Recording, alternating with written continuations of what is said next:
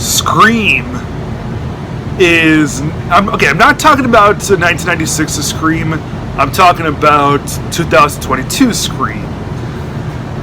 Which, in a way, should be Scream 5, but, you'd have to really see in the movie and really find out all the...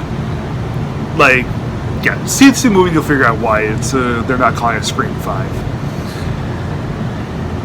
It's not directed by Wes Craven because he passed away. It's not written by Kevin Williamson, who wrote the others either. But it's not done by either of them, and it came out in late January, and it's a horror film and comes out earlier in the year. So, what are the chances of it actually being good? Well, maybe I'm a huge Scream fan. It's my favorite horror franchise. So, yeah, maybe I was just an easy target for this. I loved Scream, this newest one. I don't think that it's the best film. It's not quite a 4-star film, but, it comes pretty close to it. So, each Scream film really, each installment talks about... They poke fun at the different... they poke fun at that particular piece in the franchise of the film. So, Scream 2, they make fun of the sequel. Scream 3, they make fun of trilogy's ends, and Scream 4, they made fun of how horror films are nowadays.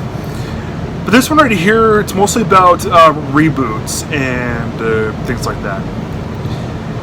This day and age, there's so many different types, like requel and reboot and remake and that. It's three main members return, which kind of a given. Those being Neve Campbell, David Arquette, and Courtney Cox. And watching this, I was they're not the leads this time like they were in the previous ones, because this one they make fun of as I said, reboots and stuff. And you got all these these new kids, and you'd think that you'd be like, oh yeah, it's another thing about teenagers and teenage slasher films. They're so bad and everything, and they don't even compete with the original cast. It's true they don't really compete with the original cast, but I was really surprised at how much I cared about each of these kids. And I was like, whoa, that's actually they're actually really well written.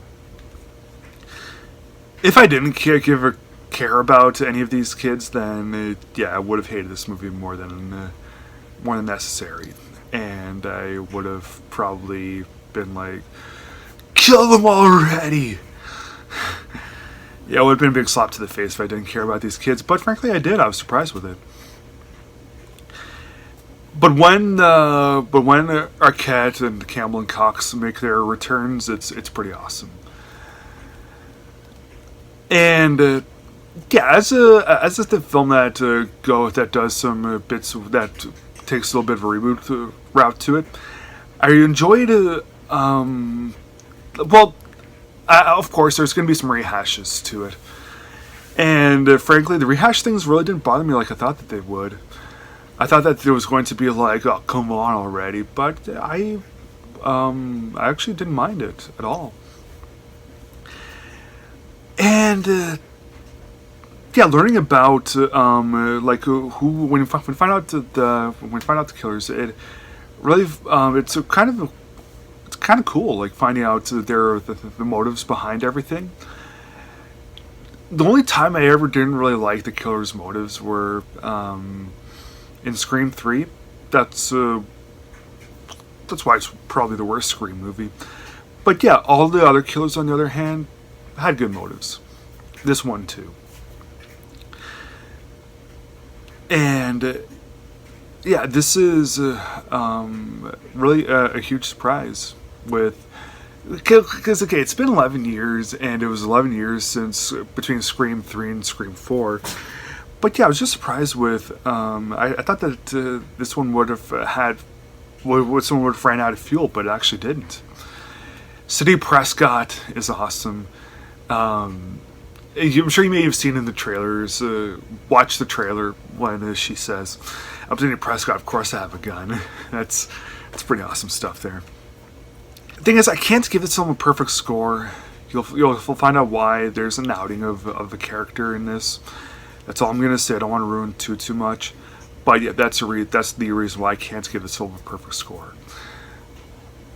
But I came really close to the movie. It didn't. After this character got out, I couldn't really. There wasn't really any compensating for it, like there was in the previous Scream films when there was be a death of a character.